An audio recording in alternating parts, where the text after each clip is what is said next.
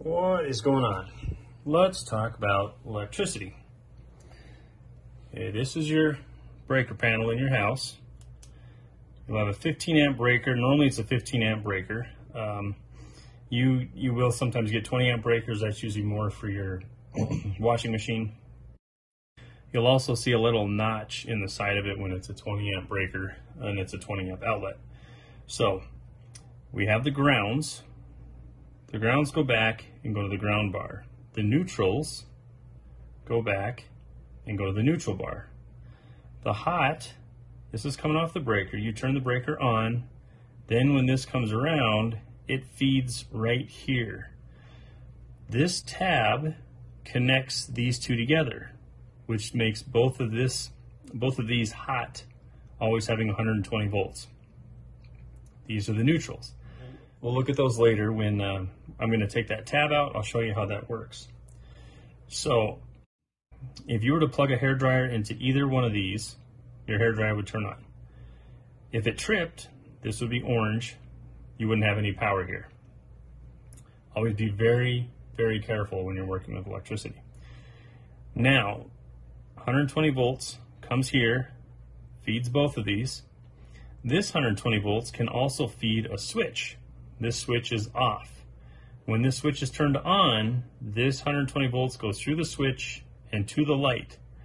As long as the neutral is connected back to the neutral bar, the light will turn on. Okay, now in this one, the switch is on. You can see how the power comes out. This still has power. Goes to the switch, you turn it on, the light has turned on. I also have a program I'm going to show you later that I'll actually animate some of this stuff and show you when we go over relays. So you can see on this one, your hot goes into one part of the switch. This is turned off, doesn't let the voltage go through up to here. Switch leg, no power.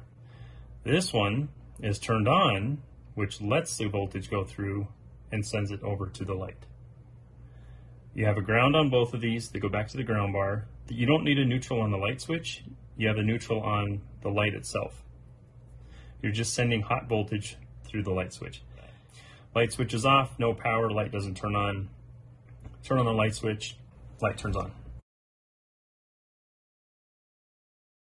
A second ago, we saw the outlet that was facing the other direction. That is how you normally see outlets.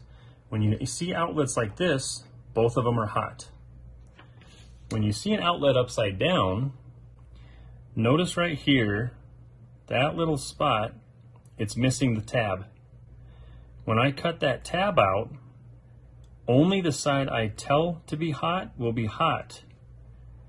I put the switch here, and when I put the switch here, so I could plug in a hairdryer here, it would turn on. I have the switch here. When I turn this switch on, it will send power to this top outlet, which will turn a light on. This is normally seen in a corner of a room where you have a lamp. If you see an upside down, normally the bottom one always has voltage and the top one only has voltage when you turn a switch on. Now, not all switches say on and off. These are single pole switch. When you get to two-way switches and three-way switches, you can have multiple switches in the house that will control the same thing. So if we had another switch if we had two switches that controlled this light, you wouldn't have on or off on either one of them. One of them would be up, the other one down, however it's wired in. It would turn that on, and then when you went to the other one, it would turn it off. And then you could go back and forth. This is just a single way switch, single pole, comes off the breaker, feeds the switch, which feeds the outlet, which feeds the light. Now what you want to make sure of, let's say this light pulls 10 amps. You plug in a hairdryer that pulls 20 amps. This is a 15 amp breaker, it's going to trip the breaker. Most houses are made where they kind of have an idea of how many things are going to be plugged into that room or a couple of rooms where it won't trip the breaker.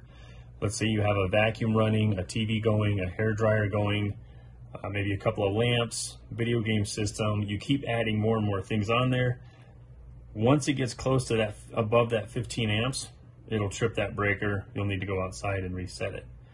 Sometimes these will be wired into a GFI. I went over GFIs with the sump pump. I don't know if you guys watched that tutorial. So that is how that works.